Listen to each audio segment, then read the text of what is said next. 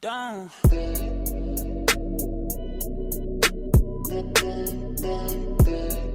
Bonjour à tous les amis, j'espère que vous allez bien. On se retrouve aujourd'hui pour une nouvelle vidéo. J'ai décidé de vous donner quelques astuces pour créer les meilleures tenues possibles très simplement. J'espère que cette vidéo vous viendra en aide, c'est parti.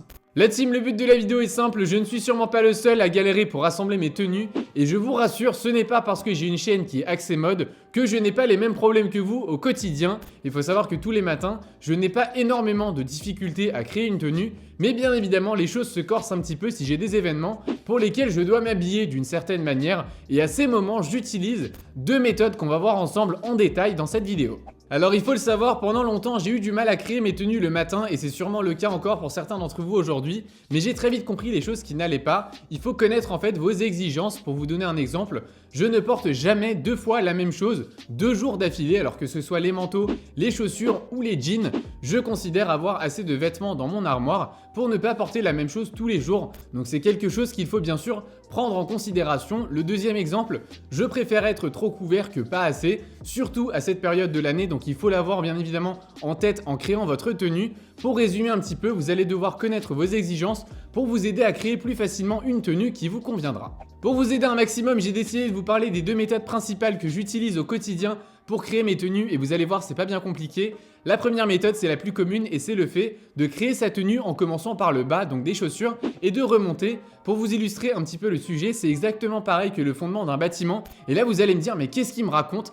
Attendez 2 minutes, vous allez très vite comprendre. Pour créer un bâtiment, vous commencez par les fondations pour construire le reste par-dessus. Et vous allez devoir faire en sorte d'avoir vraiment des fondations qui sont très solides pour créer la meilleure tenue possible. Donc vous l'aurez compris, le choix de vos chaussures est déterminant dans l'assemblage de votre tenue. Nombreuses sont les personnes à faire l'inverse en commençant par le haut et en prenant un t-shirt au hasard et ne trouvent pas du coup la suite de la tenue et c'est donc tout à fait normal. Vous devez savoir également prendre en compte différents facteurs. Vous allez choisir une paire de chaussures selon la saison de l'année. Je vous en ai parlé à plusieurs reprises sur la chaîne et je vous le répète. Choisissez une paire qui est en lien avec la saison de l'année, ça vous aidera à créer un ensemble qui est de la saison également, mais ça pourra aussi déterminer le look général de la tenue. Si vous partez sur une paire de Chelsea Boots, vous n'aurez pas le même style vestimentaire que si vous partez sur une paire de sneakers. Pour la suite de la tenue, en utilisant la première méthode, vous n'avez plus qu'à assembler pièce par pièce, donc si vous avez choisi une paire de sneakers, vous allez prendre un jean ou un pantalon en lien avec la chaussure et vous allez tout simplement essayer de trouver un haut qui complète un petit peu la partie inférieure de votre look.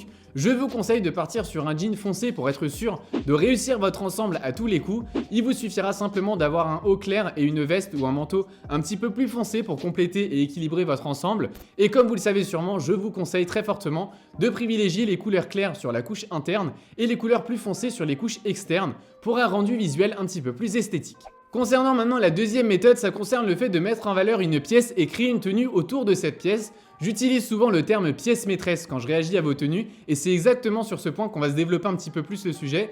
Il faut savoir que le simple fait de trouver une pièce maîtresse d'une tenue, c'est une unité en fait dans un ensemble, donc une pièce de votre tenue que vous allez mettre en avant un maximum et c'est à partir de cette pièce que vous allez commencer à créer votre tenue. Pour vous donner des exemples de pièces maîtresses, c'est souvent des manteaux de qualité ou une paire de chaussures un petit peu décalées que vous voulez mettre en valeur sur une tenue. Je pense vraiment que cette deuxième méthode est un petit peu plus compliquée à mettre en pratique pour la simple et bonne raison que vous avez plus de combinaisons possibles autour d'une pièce maîtresse et que ça risque d'être sûrement plus long à combiner et à trouver surtout la tenue. Et si en plus de ça vous n'êtes pas encore très à l'aise dans l'assemblage d'une tenue, ça risque d'être plus compliqué que prévu. Pour finir la team, j'ai voulu vous faire cette vidéo pour vous expliquer les deux méthodes les plus communes pour créer vos tenues. Si vous êtes débutant, commencez bien sûr par la première méthode et vous pourrez ensuite vous amuser un petit peu plus avec la seconde méthode qui est un petit peu plus compliquée à mon goût. Un dernier conseil, n'ayez pas peur vraiment de chercher de l'inspiration un peu partout sur internet. Ajoutez-nous d'ailleurs sur Instagram juste ici si ce n'est pas encore fait. On partage également beaucoup de tenues et surtout si vous avez adoré un ensemble,